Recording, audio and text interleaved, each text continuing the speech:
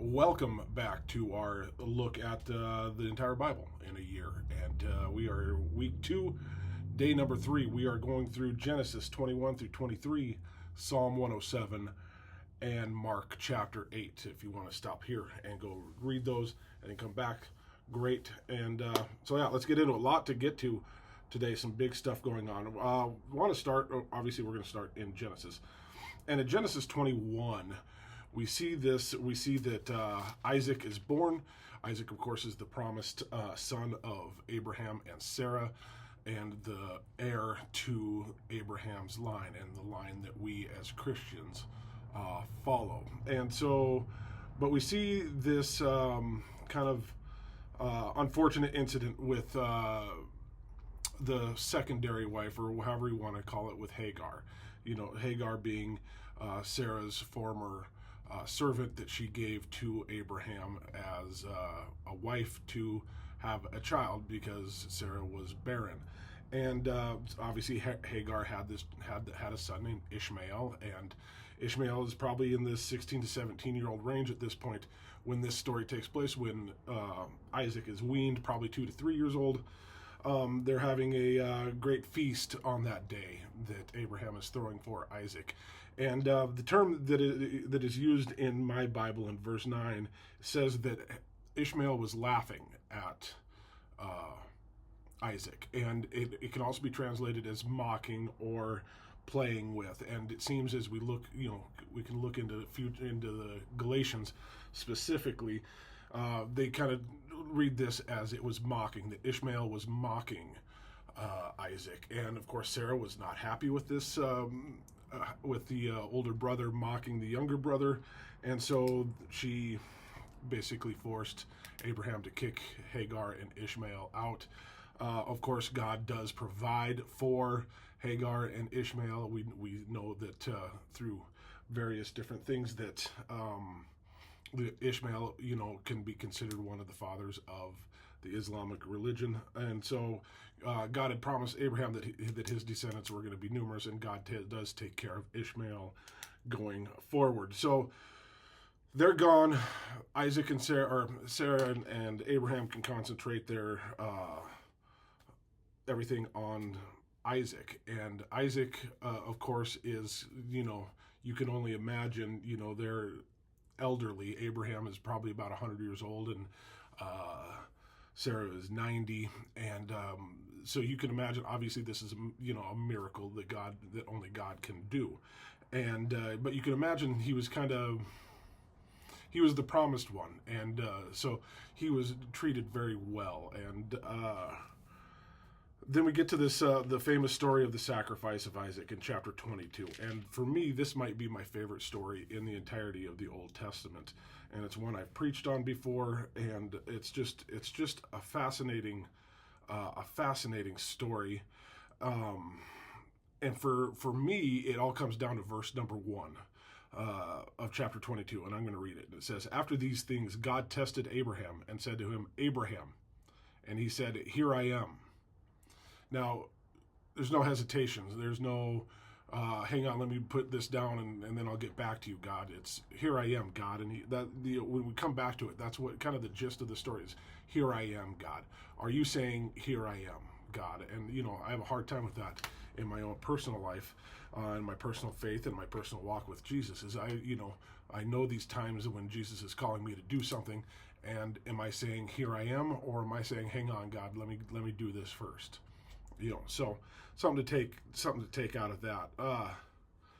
But God obviously tests Abraham, tests his faith, and says, "I want you to go sacrifice Isaac." And they get up there, and they get up to the mountain, and you can only imagine what's going through Isaac's mind at this point. He's with them. He's probably, in the 12 or 13-year-old range at this point, 10 or 12.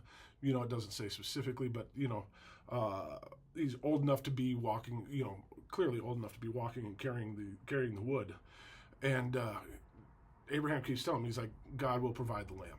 And knowing full well his heart's got to be breaking inside of him, right? Abraham's got to be hurting.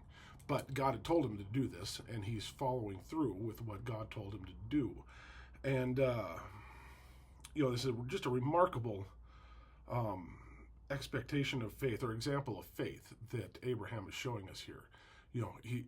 This is the son that he's been waiting for, the son with his wife Sarah, and this is the who God had promised him, and now God is telling him to sacrifice him. So you can only imagine what's going through Abraham's mind, and you can only imagine what's going through Isaac's mind, especially once he figures out that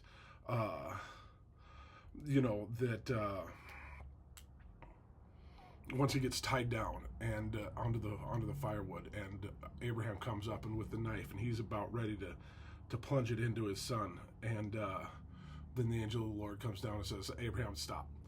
And so obviously then they go through the whole, there's a ram in the thicket, and they go through the whole actual sacrifice there, and but just a remarkable example of faith and trusting in God. God's going to put us through, we're going to be put, and for the most part, it's on our own, things that we've done to ourselves. I can spend the next 20 hours, minutes, years, whatever it is, talking about the things that I've done, put myself into these bad situations.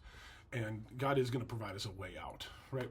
And so we just need to continue to trust and have faith. And then we get the story of Sarah's death after she'd lived 127 years. So probably another 15 to 20 years after this story with Isaac and Abraham. And then, Abraham, buying, I think that's kind of the point, is that Abraham bought this. He wasn't just gifted this land to give to, for her burial. So let's flip back towards the middle of the Bible and read. We're going to read Psalm 107. This is the first psalm of Book 5. Of course, Psalms is broken up into 5 books. And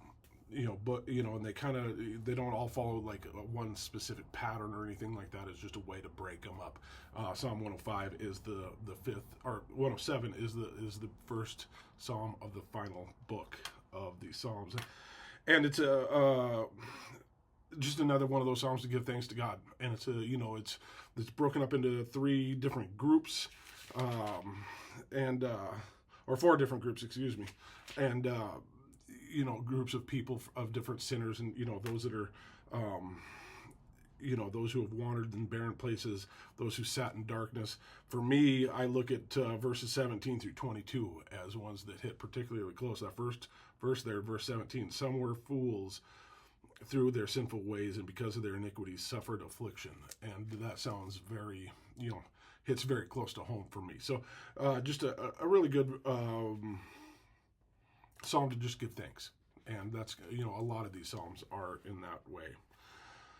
Mark chapter 8, a lot going on in there. We in Mark chapter 7, we'd seen Jesus feed the 5,000. We see a similar story where he feeds the 4,000, and again, we can basically double that number, because they say 4,000, it's 4,000 men, not counting women and children. So, and again, the Pharisees demand a sign. Jesus, of course, fights with the Pharisees and the scribes pretty much at every turn, and really it's a fight against the establishment and the blindness of the Pharisees to not see what is going on literally in their midst. And they want a sign, and Jesus just says, "No, you're not getting one." And then this little passage here, verses 14 through 21. Comparing the leaven of the Pharisees and Herod. And of course, the disciples are not fully grasping what Jesus is doing and who Jesus really is. They're seeing all these signs and they're seeing all these miracles, but they're still not fully grasping that Jesus is the Messiah, the one that is promised, and the one that has come to save all of us. We got to remember that a lot of the Jewish expectations for the Messiah was going to be like a warrior king, that was going to come in and that was going to save the Jewish people from the Romans. And Jesus does that, but his salvation is different in a different way. An eternal salvation. Of course, we're going to get much more into that as we get into some of the other spots, more specifically maybe John chapter 3. But the disciples are just not totally getting that. And when he says that to watch out, beware of the leaven of the Pharisees and the leaven of Herod, as to be careful of the teachings of them and following them. They should be following Jesus, right? And listening and paying attention to what he is teaching. And this has a lot to do, this actually has a lot of ramifications now today, is, are we following the right teachings? And that comes from myself, even though I'm very new at this, or your excuse me, your local church pastor, your any of the online ministers, or any of those people out there that you're paying attention to, are they teaching the right way? Are they teaching the Bible? Are they teaching the Bible the way the Bible is supposed to be taught? And you're supposed to question and hold these teachers and these leaders, church leaders, to a higher standard. I'm supposed to be held to a higher standard because I'm the one teaching this, correct? And so it's a good modern day example of we need to be paying attention to what is being taught. It's got to be from the Bible first, foremost, and always. And then later on, we see we see Peter admitting to saying, he finally says it outright. He says, "You are the Christ." And Jesus, of course, he never comes out in full on and says who he is, right, at this point. But verse 30 says, "And he strictly charged them to tell no one about him," because we're supposed to learn and understand and believe in Jesus through our belief system, not just being told what to believe, right? And but then we get this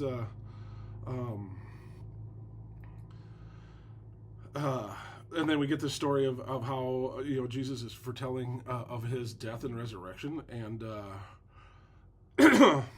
and Peter goes to rebuke Jesus about talking about how he's going to die and raise again, and Jesus says the famous words, "Get behind me, Satan, for you are not setting your mind on the things of God, but on the things of man." And really, the meaning behind this is Peter doesn't want Jesus to die, right? Peter wants Jesus to live and continue this great ministry that they're in the middle of, and do all these great things that Jesus is doing for for forever, for his, for a lifetime. But Jesus is he was sent here to do a job, right? He was sent here to fulfill all of the law. We get into that, and part of that is to be our eternal sacrifice. And so he's basically telling Peter, "Calm down. I'm in charge here. This is over your head." So, but yeah, again, it's just another example of Peter being hot-headed. We're going to see that a lot throughout the New Testament. Peter being hot-headed. He's wanting to go protect his guy, but really he's not fully grasping the full weight and the full job that Jesus is coming down here to do. So. A lot of good stuff today. And tomorrow, day 4, we're going to go Genesis 24 and 25, and then Psalms number 4 and Mark chapter 9. So hope to see you guys back here then.